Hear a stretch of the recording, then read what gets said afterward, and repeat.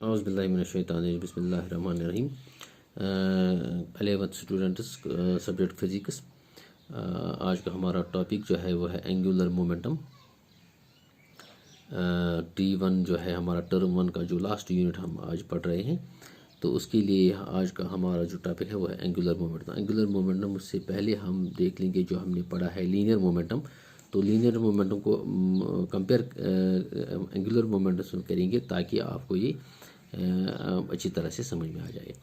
तो linear momentum मान लीजिए ये एक बॉडी है जिसका मास m है और ये एक वेलोसिटी v से मूव कर रही है। तो इसका जो एंगुलर मोमेंटम है वो हम p से रिप्रेजेंट करें तो वो है किसके बराबर mv। तो मान लीजिए अगर एक बॉडी ये बॉडी है तो इसका मान लीजिए हम एक बॉडी का मास m1 लेंगे तो इसकी वेलोसिटी v1 है जिससे ये मूव कर रही है। तो इसका जो है एंगुलर जिसका इसका जो लीनियर मोमेंटम है यानी कि इसका जो ट्रांसलेटरी मोशन जो है वो है p1 is equal to m1 v1। क्योंकि v1 जो है m1 जो है मास इसका यह है स्केलर क्वांटिटी, तो ये वेक्टर है। तो इस तरह से इसका जो लीनियर मोमेंटम है वो वेक्टर क्वांटिटी बन गई। इसी तरीके से अगर हम एक दूसरी बॉडी लेंगे जिसका मास m2 है और वो इस डायरेक्शन में विद वेलोसिटी v2 मूव कर रही है, तो इसका जो एंगुलर लीनियर मोमेंटम है वो किसके बराबर है m2 v2। v2 जो है वो वेक्टर है, m2 जो है स्केलर है। तो इस तरह से ये वेक्टर बन गया। अगर इन दोनों बॉडीज़ को हम एक आइसोलेशन फॉर्म में लेंगे, इसमें सेपरेट फॉर्म में लेंगे, तो इनका जो नेट मोमेंटम जो बनता है लीनियर मोमेंटम वो कांस्टेंट है। क्योंकि नेट मोमेंटम इनका बनेगा p नेट के बराबर है p1 प्लस p2, तो वो कांस्टेंट होगा। तो इनका जो है लीनियर मोमेंटम वो इस सूरत में ये कंजर्व रहता है। तो इसी को हम कहते हैं law of conservation of linear momentum, एक इम्पॉर्टेंट लॉ है। ये तो था, ये एक बॉडी अब मूव कर रही है इन्हें ट्रांसलेटरी इफेक्ट में। तो कुछ चीज़ें जो है वो रोटेट कर रही हैं, जैसे अर्थ अपनी एक्सिस के यहाँ रोटेट कर रही है और सारे जो प्लैनेट्स हैं वो सूरज के इर्द गिर्द रोटेट कर रहे हैं। तो उनमें रोटेशनल इफेक्ट है। तो रोटेशनल इफेक्ट में क्या होता है, एंगुलर मोमेंटम।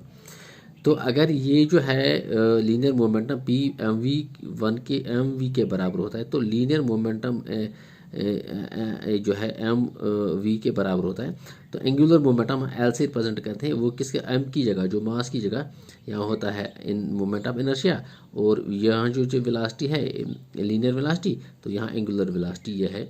तो ये जो है moment of inertia product of the angular momentum, ये किसके बराबर है, एंगुलर मोमेंटम के बराबर है।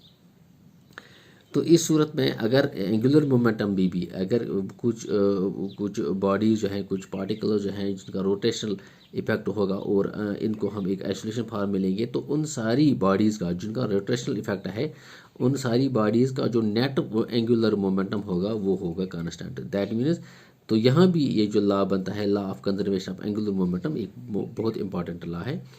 तो वो भी जो है वो एंगुलर मोमेंटम जो है नेट एंगुलर मोमेंटम इन बॉडीज़ का जो एक्सेलरेशन फॉर्म में वो कंजर्व रहता है। तो यहाँ जो है लीनियर मोमेंटम में जब फोर्स अगर हम कैलकुलेट करना हो तो फोर्स किसके बराबर होता है, वो है change in linear momentum with respect to the time. Change in linear momentum with respect to the time. तो यहाँ एंगुलर मोमेंटम में टॉर्क हम यूज़ करते हैं, टोटल फोर्स, तो वो किसके बराबर है, change in angular momentum divided by with respect to time, with respect to time. तो अगर हम एक बॉडी को लेंगे, यहाँ एक बॉडी जो है जिसका रोटेशनल इफेक्ट है, तो ये इस डायरेक्शन में विद एंगुलर वेलोसिटी जा रही है, तो इसका जो है एंगुलर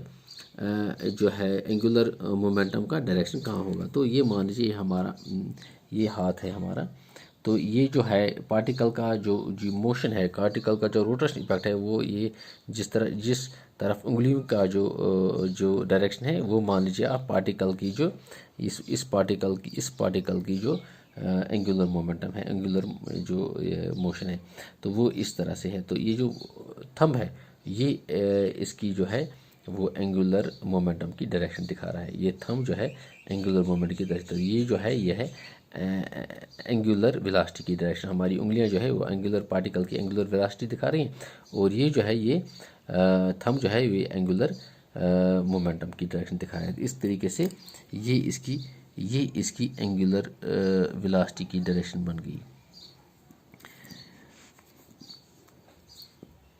टा जो है वो टा किसके बराबर होता है, टा जो है वो ये बराबर होता है और क्रॉस एफ, यानी कि और मल्टीप्लाइड बाय एफ।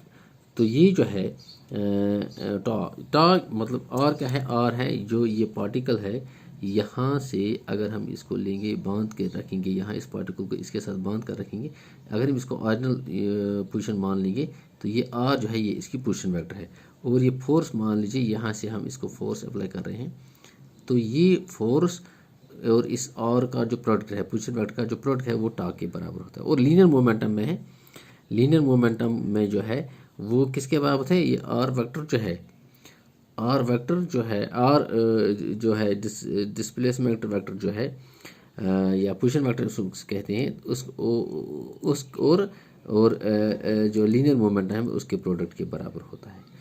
तो इस तरह से हमने एंगुलर मोमेंटम और इसको लीनियर मोमेंट को कंपेयर करके हमने एंगुलर मोमेंटम को हमने समझ लिया। ओके।